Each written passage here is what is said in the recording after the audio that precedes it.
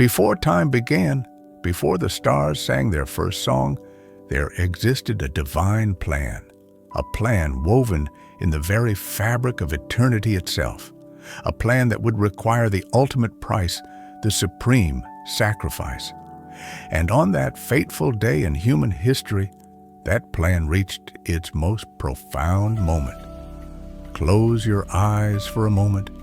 Feel the weight of what we're about to witness. This isn't just a story from an ancient book.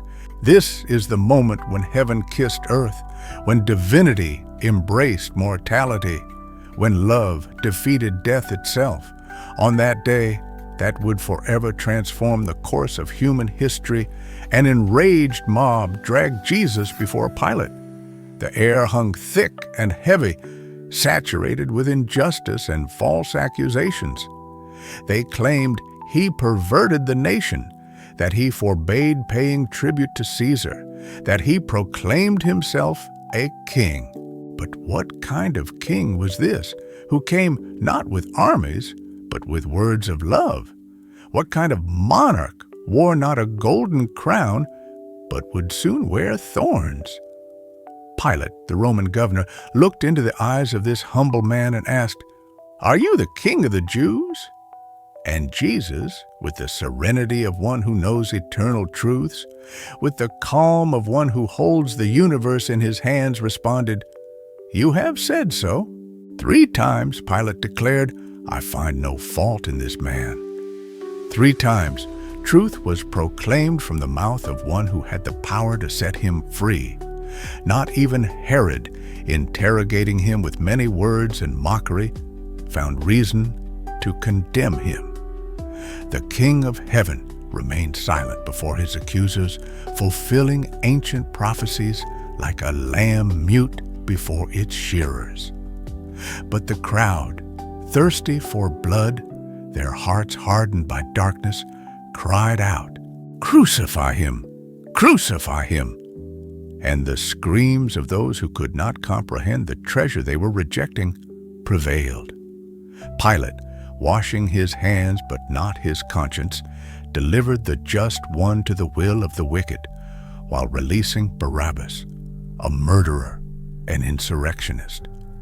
In that moment, humanity chose darkness over light, death over life, a criminal over the Savior.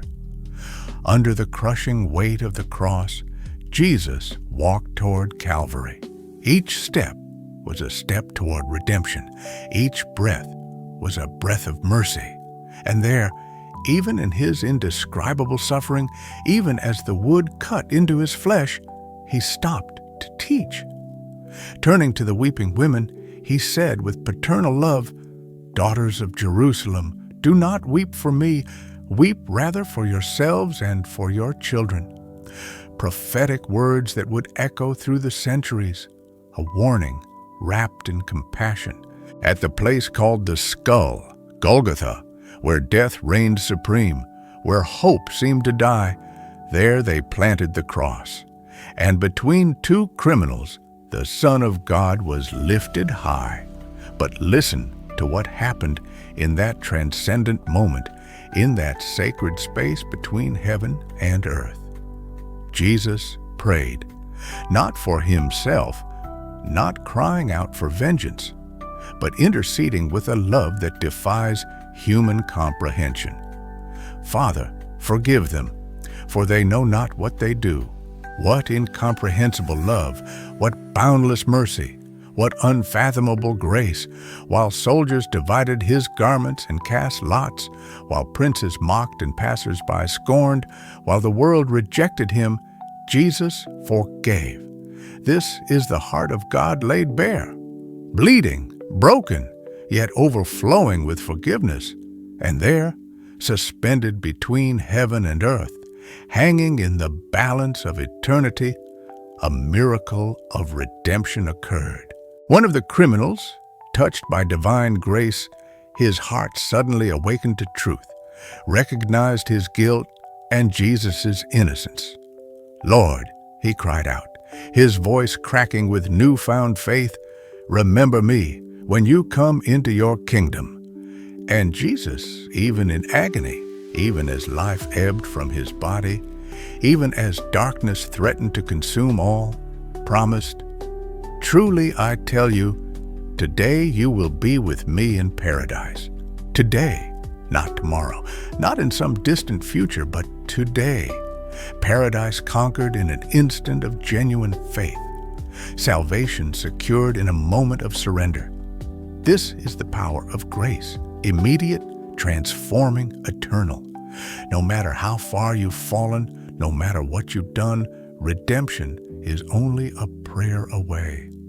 From the 6th hour to the 9th hour, an unnatural darkness covered all the land. Creation groaned before the sacrifice of its Creator. The sun refused to shine, as if it could not bear witness to such injustice. Nature itself mourned. The very atoms that Jesus spoke into existence now trembled at his suffering. And in the final moment, Jesus cried out with a loud voice, a voice that shook the foundations of reality itself, "Father, into your hands I commit my spirit." And he breathed his last.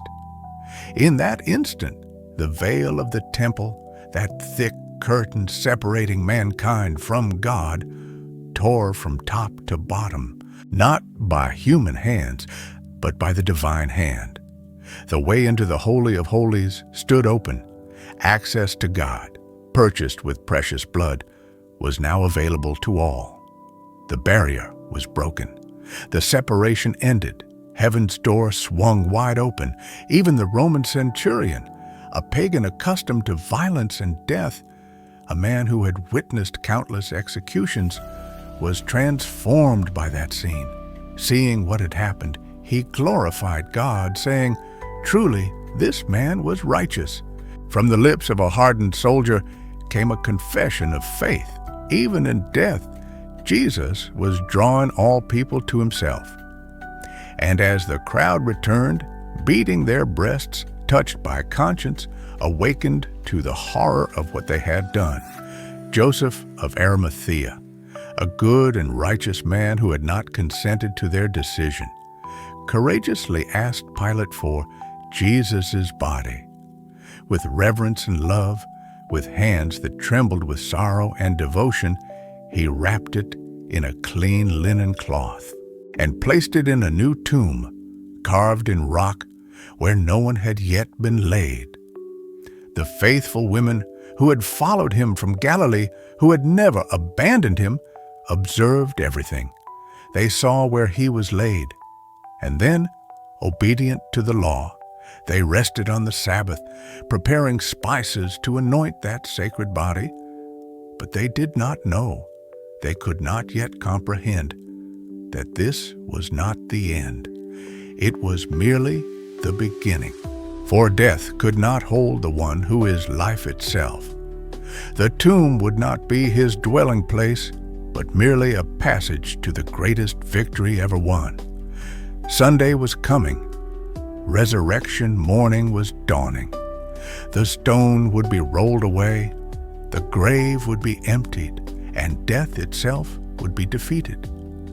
This is the story of love that conquered hate, of justice that triumphed over injustice, of life that vanquished death.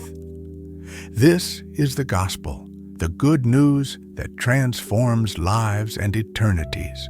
This is the message that has changed billions of hearts across 2,000 years. This is the journey of ultimate sacrifice. This is the message of Luke 23,